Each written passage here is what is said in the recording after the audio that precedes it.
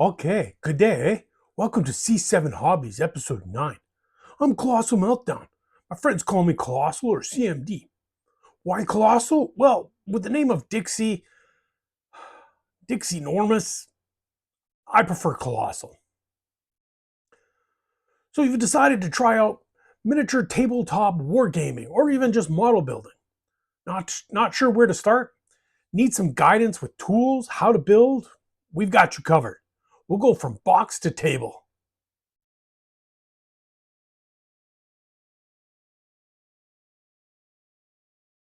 There are many videos, but nothing like an all-in-one for a true beginner starting out, eh? I made this part of my beginner series. We need to understand the basics and have a strong foundation to build on that. If not, we can inadvertently learn some bad habits without knowing, and those habits could hinder us from growing long-term within this hobby. So let's dive in with the basics and work our way up over time. Tools you actually need. First and foremost, a good light. Nothing else matters if you can't see what you're doing. Ideally, something that you can adjust with a flexible arm, head, to adjust for precise positioning over your painting area. Next, sprue clippers, to snip those bits, not chew them, eh? Super glue or plastic glue, gel or liquid depending on the kit, situation, and preference. Hobby knife or craft knife, optional, but nice and easier for cleanup and possibly carving. And that's it. Everything else is a nice to have, not a need to have. Other optional items, cheap emery board, nail files, optional. Again, great for cleaning up mold lines. One can get piles of these at the dollar store. Small dish or paper towel, optional, again, for organizing bits. Drill and bits, optional for adding magnets, pins, and hollowing out gun barrels. Blue tack, tweezers, green stuff, milliput, sculpting tools, silicone brushes, metal files, sprue goo, hobby mat, and toothpicks. You don't need everything up front. Again, all of those are optional. I can do a video just about tools at a later date to dive into more specifics and tool care.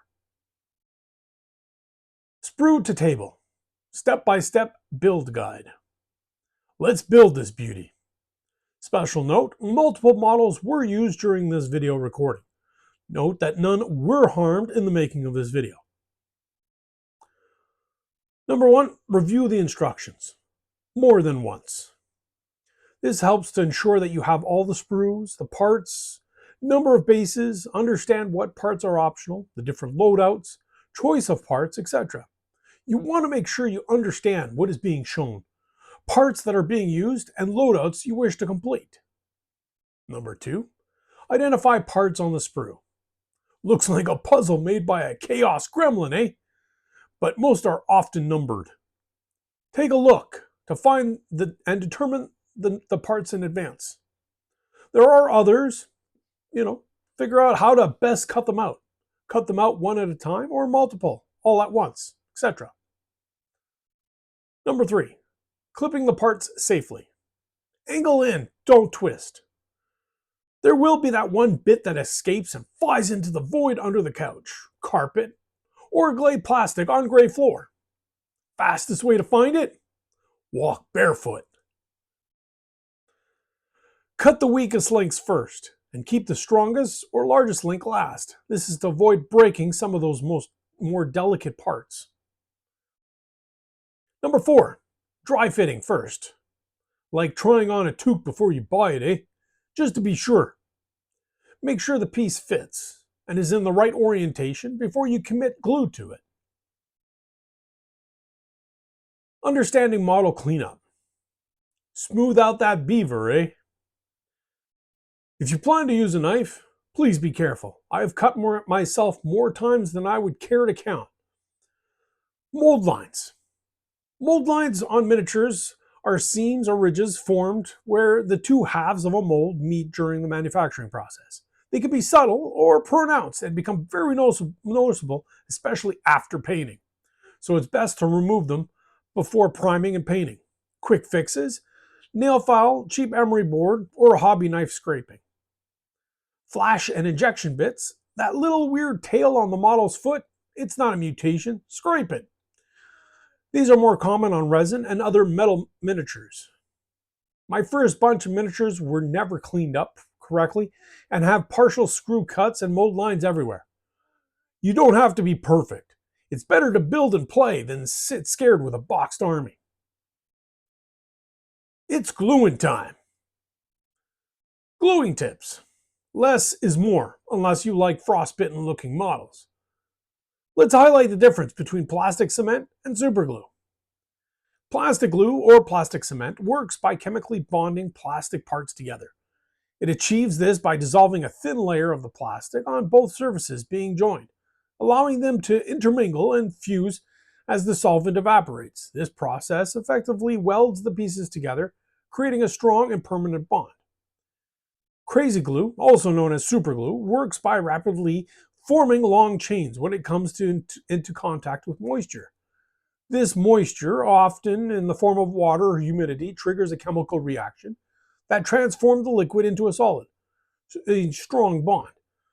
Because water is present on most surfaces or in the air, superglue cures very quickly, often within seconds.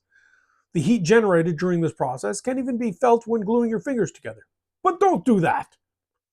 Be careful with glues. Wash your hands before and after, and if you work closely with bits to your face, wear goggles. Don't ask me why I know this. Plastic glue, added to both parts, wait 5 to 10 seconds as it reacts with the plastic. Place together and hold for 10 seconds. For crazy glue or super glue, add to both parts, hold for 15 to 45 seconds. Plastic versus resin kits. Different glues for different materials. Plastic glue will not work on resin models. In the plastic or crazy glue families, there are also liquids and or gels. There are uses depending on the situation. I personally find bigger parts work best with gels, liquids for smaller parts. Again, this is my preference, but I've also used gel most of my career. Remember, if you're working and building a kit in resin, be sure to wash it before you start the kit. Soap and water and a quick scrub with an old toothbrush will do the trick. Clear plastic. For canopies on vehicles, use white glue. Why? Because it dries clear. You can mess up as much and as badly as possible, and chances are it'll still look good, eh? As for other glues, it can affect by other glues. A smudge, a fingertip left over with glue as you place it in place will look really bad. Plastic glue can affect the plastic itself. Crazy glue can make it foggy. White school glue is the way to go. Just don't eat it. As you put your pieces together, you can decide to build the model until it's finished or complete in sub-assemblies. What I do? Low-level troops get built in full. They die too fast on the battlefield. Some vehicles will get built in sub-assemblies, depending on how deep I want to go in painting the vehicle. All characters and leaders, these are centerpieces. These are always built in sub-assemblies.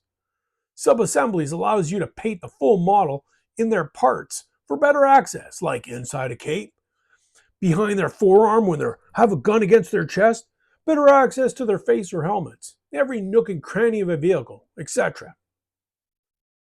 And there you go, eh? Your first mini ready without the panic, hospital visit, or a second mortgage. Next up, we'll discuss and show how you can paint it without looking like you used maple syrup, eh?